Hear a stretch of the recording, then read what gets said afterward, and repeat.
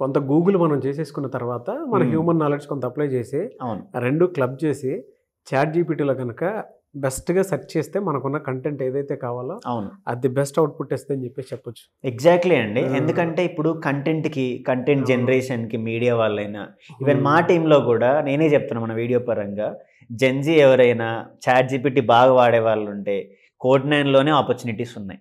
అంటే మేమే హైర్ చేసుకుంటాం. ఎందుకంటే ఇప్పుడు జెన్జీ వాళ్ళ టాలెంట్ ఎలా అంటే వాళ్ళకి అన్ని తెలుసు ఎలా యూజ్ చేయాలో, ఒక రీల్ ఎలా తీయాలి, చాట్ జీపీటీ కానీ గిబ్లీ వర్షన్స్ ఎలా క్రియేట్ చేయాలి అలాంటి వాళ్ళే యూజ్ చేయగలుగుతారు. సో కంటెంట్ జనరేషన్కి ఏలో చాలా రోల్స్ ఉన్నాయి. ఈవెన్ Code9లో కూడా ఆపర్చునిటీస్ ఉన్నాయి. సో ఈ వీడియో చూస్తున్న ఫ్రెషర్ ఎవరైనా కూడా వాళ్ళకి ప్యాషన్ ఉంటే కంపల్సరీ Code9లో ఆపర్చునిటీ ఉంది. జనరల్గా ఇది నేర్చుకుంటే బయట ఏ కంపెనీస్లో ఎక్కువ అవకాశాలు ఎక్కువ ఉంటాయండి? అంటే ఇప్పుడు ప్రాంప్ట్ ఇంజనీరింగ్ అనేది ఒక జనరేటివ్ వేలో ఒక పార్ట్ అని చెప్పాను నేను. అంటే ఈవెన్ ప్రాంప్ట్ ఇంజనీర్స్ అనే ఒక జాబ్ రోల్ కూడా ఓపెన్ అయిపోయింది ఇండియన్ మార్కెట్లో. అంటే ఫ్రెషర్ లెవెల్లోనే ఈవెన్ 6 lakhs నుంచి స్టార్ట్ చేస్తున్న కంపెనీస్ ఉన్నాయి. కొంచెం హ్యూమన్ నాలెడ్జ్ ఉండి ఇలాంటి టూల్స్ వాడడం తెలిస్తే టాస్క్ తగ్గిపోతూ ఉంటుంది కదా, టైం సేవ్ అవుతుంది కదా.